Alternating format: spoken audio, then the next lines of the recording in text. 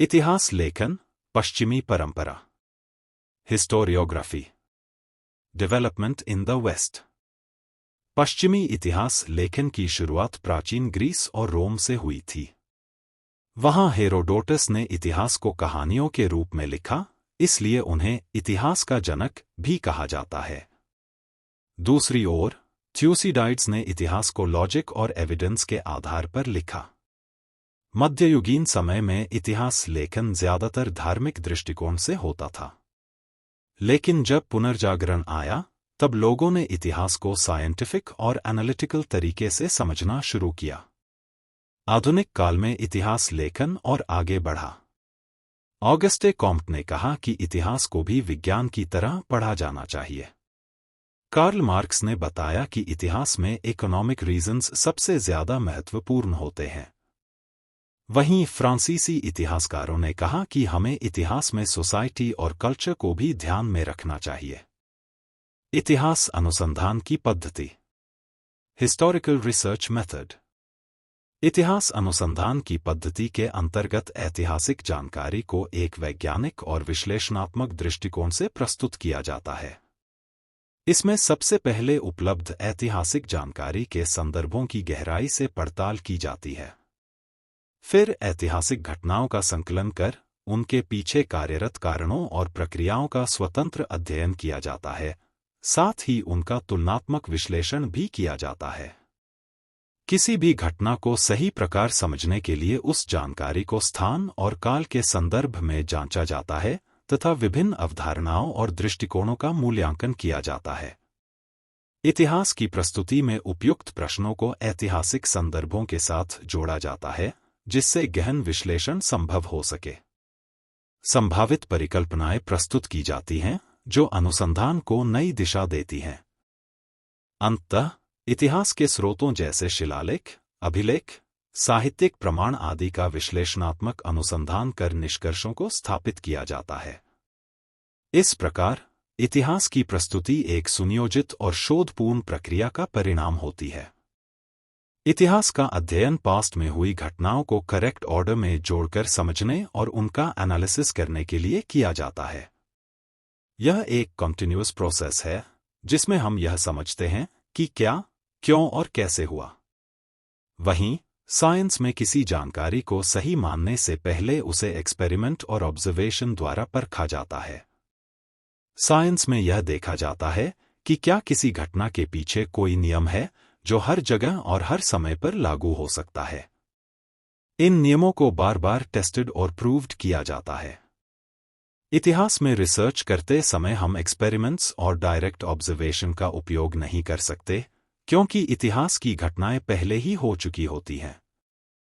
हम उन घटनाओं को अपनी आंखों से देख नहीं सकते और न ही उन्हें फिर से दोहराया जा सकता है, जैसे कि विज्ञान में किया जाता है। इसी वजह से विज्ञान की तरह इतिहास में यूनिवर्सल रूल्स बनाना और उन्हें बार बार साबित करना बहुत कठिन होता है। प्राचीन ऐतिहासिक दस्तावेजों को पढ़ने और समझने के लिए उस समय की भाषा और लिपि को जानने वाले विशेषज्ञों की जरूरत होती है। दस्तावेज की विश्वसनीयता जांचने के लिए कई चीजों का अध्ययन किया जाता है, जैसे अक्षरों की बनावट, लिखने की शैली, इस्तेमाल किए गए कागज का प्रकार और समय, उस पर लगी मुहर आदि। इसके बाद इतिहासकार इन जानकारियों की तुलना करके यह तय करते हैं कि दस्तावेज असली है या नहीं और उसमें दी गई जानकारी कितनी सही है। इतिहास के शोध में मदद करने के लिए कई विषय और संस्थान होते हैं, जैसे पुरातत्व, खुदाई में मिली चीजों का अध्ययन, अभिलेखागार, पुराने दस्तावेजों का संग्रह, हस्तलिपि और पांडुलिपियों का अध्ययन, मुद्राशास्त्र, पुराने सिक्कों का अध्ययन, वंशावली, पूर्वजों का अध्ययन आदि। इतिहास लेखन की परंपरा। Tradition of historiography. इतिहास में मौजूद प्रमाणों का गहराई से अध्ययन करके भूतकाल की घटनाओं को समझाया और प्रस्तुत किया जाता है। इस प्रक्रिया को इतिहास लेखन कहते हैं। जो व्यक्ति इस तरह से प्रमाणों का विश्लेषण करके इतिहास को लिखता और प्रस्तुत करता है, उसे इतिहासकार कहा जाता है। इतिहासकार के लिए भूतकाल की हर घटना को शामिल करना संभव नहीं होता। वह उन्हीं घटनाओं को चुनता है जो वह पाठकों तक पहुंचाना चाहता है। उसका दृष्टिकोण और लेखन शैली इसी चुनाव पर निर्भर करती है। प्राचीन संस्कृतियों में लिखित इतिहास की परंपरा नहीं थी, लेकिन इसका मतलब यह नहीं कि उन्हें भूतकाल की जानकारी या रुचि नहीं थी। वे अपने पूर्वजों की कहानियां, वीरता और जीवन के अनुभव अगली पीढ़ी तक सुनाकर या गाकर पहुंचाते थे। गुफाओं की चित्रकला, कहानियां और शौर्य गीत इस यादों को संजोने के तरीके थे। आज का इतिहास लेखन भी इन पारंपरिक तरीकों को प्रमाण के रूप में उपयोग करता है। आधुनिक इतिहास लेखन, मॉडर्न हिस्टोरियोग्राफी। आधुनिक इतिहास लेखन की 4 मुख्य विशेषताएं। पहला, वैज्ञानिक दृष्टिकोण। इतिहास लिखने की प्रक्रिया एक वैज्ञानिक विधि का पालन करती है, जिसमें सही सवालों से शुरुआत की जाती है। दूसरा, मानव केंद्रित अध्ययन। इतिहास के सवाल भूतकाल में अलग अलग समाजों के लोगों और उनके कार्यों से जुड़े होते हैं। इसमें देवी देवताओं या दैवी घटनाओं को शामिल नहीं किया जाता। तीसरा, प्रमाणों पर आधारित। इतिहास में दी गई जानकारियां विश्वसनीय प्रमाणों पर आधारित होती हैं, जिससे इसका लेखन तर्कसंगत और संगठित बनता है। चौथा, समाज की प्रगति का विश्लेषण। इतिहास का उपयोग यह समझने के लिए किया जाता है कि समय के साथ मानव समाज कैसे विकसित हुआ और आगे बढ़ा। आधुनिक इतिहास लेखन की परंपरा की जड़ें प्राचीन ग्रीक, यूनानी इतिहासकारों के लेखन में देखी जाती हैं। हिस्ट्री शब्द ग्रीक भाषा से लिया गया है। ईसा पूर्व 5वीं शताब्दी में ग्रीक इतिहासकार हेरोडोटस ने सबसे पहले इस शब्द का उपयोग किया। उन्होंने अपनी पुस्तक का नाम द हिस्ट्रीज रखा, जिससे यह शब्द प्रचलित हुआ। यूरोप में हुए वैज्ञानिक दृष्टिकोण का विकास और इतिहास लेखन, development of scientific perspective in Europe and historiography. 18वीं शताब्दी तक यूरोप में दर्शन और विज्ञान के क्षेत्र में बड़ी प्रगति हुई। विचारकों को यह विश्वास होने लगा कि वैज्ञानिक तरीकों का उपयोग करके समाज और इतिहास को भी समझा जा सकता है। आगे चलकर यूरोप और अमेरिका में इतिहास और उसके लेखन पर गहराई से चर्चा हुई। इसका परिणाम यह हुआ कि इतिहास लिखने में वस्तुनिष्ठता, तटस्थता और सटीकता को अधिक महत्व दिया जाने लगा। 18वीं शताब्दी से पहले यूरोप के विश्वविद्यालयों में मुख्य रूप से धर्म और दर्शन पर ही चर्चा होती थी, लेकिन समय के साथ यह बदलने लगा। साल 1737 में जर्मनी के गोटिंगेन विश्वविद्यालय की स्थापना हुई, जहां पहली बार इतिहास को एक स्वतंत्र विषय के रूप में पढ़ाया गया। इसके बाद जर्मनी के अन्य विश्वविद्यालयों में भी इतिहास अध्ययन के प्रमुख केंद्र बनने लगे। महत्वपूर्ण विचारक, नोटेबल स्कॉलर्स। इतिहास लेखन को एक विज्ञान के रूप में विकसित करने में कई महान विचारकों ने योगदान दिया। आगे हम कुछ महत्वपूर्ण विचारकों के बारे में जानेंगे, जिन्होंने इतिहास को तर्कसंगत और वैज्ञानिक दृष्टिकोण से लिखने में मदद की। रेने देकार्त का जन्म 1596 ईस्वी में हुआ था और उनका निधन 1650 ईस्वी में हुआ। इतिहास लिखते समय इस्तेमाल किए गए प्रमाणों और दस्तावेजों की विश्वसनीयता की जांच करना बहुत जरूरी है। इस विचार को सबसे ज्यादा फ्रांसीसी दार्शनिक रेने देकार्त ने आगे बढ़ाया। उन्होंने अपनी पुस्तक डिस्कोर्स ऑन द मेथड में वैज्ञानिक अनुसंधान के एक महत्वपूर्ण नियम का उल्लेख किया। उनका नियम यह था कि जब तक कोई बात पूरी तरह सत्य साबित न हो जाए, उसे स्वीकार नहीं करना चाहिए। इस विचार ने इतिहास लेखन को अधिक तर्कसंगत और प्रमाण आधारित बनाने में मदद की। वोल्टेयर का जन्म 1694 ईस्वी में हुआ था और उनका निधन 1778 ईस्वी में हुआ। वोल्टेयर का असली नाम फ्रांसवा मरी अरुए था। वे एक प्रसिद्ध फ्रांसीसी दार्शनिक और इतिहासकार थे। उन्होंने इतिहास लिखने के तरीके को बदलने का सुझाव दिया। उनका मानना था कि इतिहास केवल घटनाओं और तारीखों का संग्रह नहीं होना चाहिए, बल्कि उस समय के समाज, परंपराओं, व्यापार, अर्थव्यवस्था और कृषि जैसी चीजों को भी शामिल करना जरूरी है। उनके इस विचार से इतिहास लेखन में संपूर्ण मानव जीवन पर ध्यान देने की परंपरा शुरू हुई। इसी कारण वोल्टेयर को आधुनिक इतिहास लेखन का जनक माना जाता है। जॉर्ज विल्हेम फ्रेडरिक हेगेल का जन्म 1770 ईस्वी में हुआ था और उनका निधन 1831 ईस्वी में हुआ। जर्मन दार्शनिक हेगेल ने इस बात पर जोर दिया कि इतिहास को तर्कसंगत तरीके से प्रस्तुत किया जाना चाहिए। उनके अनुसार इतिहास केवल घटनाओं का संग्रह नहीं है, बल्कि यह समाज की प्रगति के अलग अलग चरणों को दर्शाता है। हेगेल ने यह भी कहा कि इतिहासकार को समय के साथ नए प्रमाणों के अनुसार अपने लेखन में बदलाव करना चाहिए। उनके विचारों से यह साबित हुआ कि भले ही इतिहास की अध्ययन पद्धति विज्ञान से अलग हो, लेकिन उसकी महत्वपूर्णता और गुणवत्ता विज्ञान से कम नहीं है। हेगेल के विचारों को एनसाइक्लोपीडिया ऑफ फिलोसॉफिकल साइंसेज में संकलित किया गया है और उनकी प्रसिद्ध पुस्तक रीजन इन हिस्ट्री को इतिहास के अध्ययन में महत्वपूर्ण माना जाता है। लियोपोल्ड वॉन रांके का जन्म 1795 ईस्वी में हुआ था और उनका निधन 1886 ईस्वी में हुआ।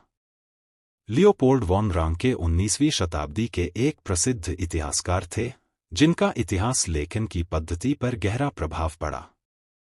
वे बर्लिन विश्वविद्यालय से जुड़े थे। रांके ने कहा कि इतिहास लिखने के लिए मूल दस्तावेजों और प्रमाणों का गहराई से अध्ययन करना सबसे जरूरी है।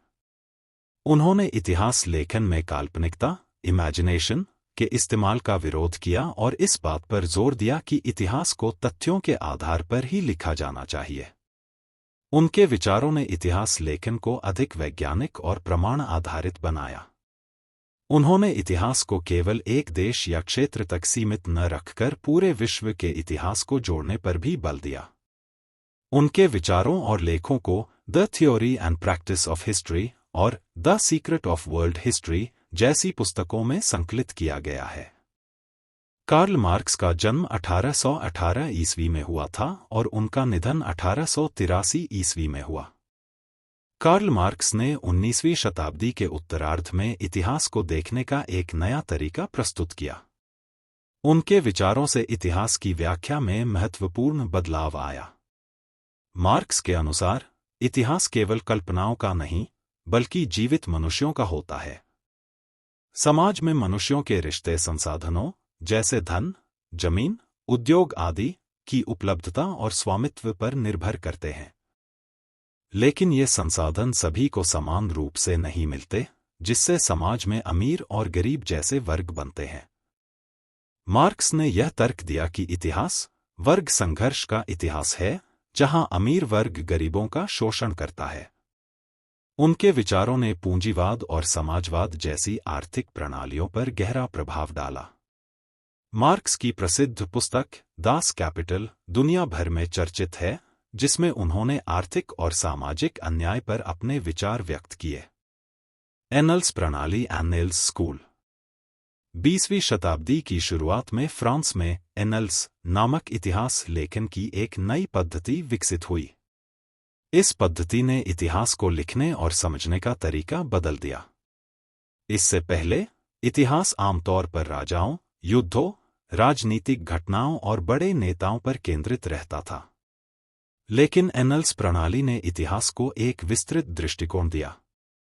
इसने यह बताया कि इतिहास केवल राजनीतिक घटनाओं तक सीमित नहीं होना चाहिए, बल्कि इसमें जलवायु, किसानों, व्यापार, तकनीक, यातायात, सामाजिक वर्गों और लोगों की मानसिकता जैसे विषयों को भी शामिल किया जाना चाहिए। इस पद्धति की शुरुआत और विकास का श्रेय फ्रांस के इतिहासकारों को दिया जाता है। उनके प्रयासों से इतिहास को समाज के हर पहलू से जोड़कर अधिक व्यापक और गहराई से समझा जाने लगा। स्त्रीवादी इतिहास लेखन फेमिनिस्ट हिस्टोरियोग्राफी। स्त्रीवादी इतिहास लेखन का अर्थ है स्त्रियों के नजरिए से इतिहास की पुनर्रचना। पहले इतिहास लेखन में मुख्य रूप से पुरुषों के दृष्टिकोण को ही महत्व दिया जाता था, लेकिन फ्रांसीसी विदुषी सिमोन दे बोवार ने स्त्रीवाद की महत्वपूर्ण भूमिका को स्पष्ट किया। इस पद्धति में न केवल स्त्रियों को इतिहास में स्थान देने पर जोर दिया गया, बल्कि इतिहास लेखन में पुरुष प्रधान सोच पर भी पुनर्विचार किया गया।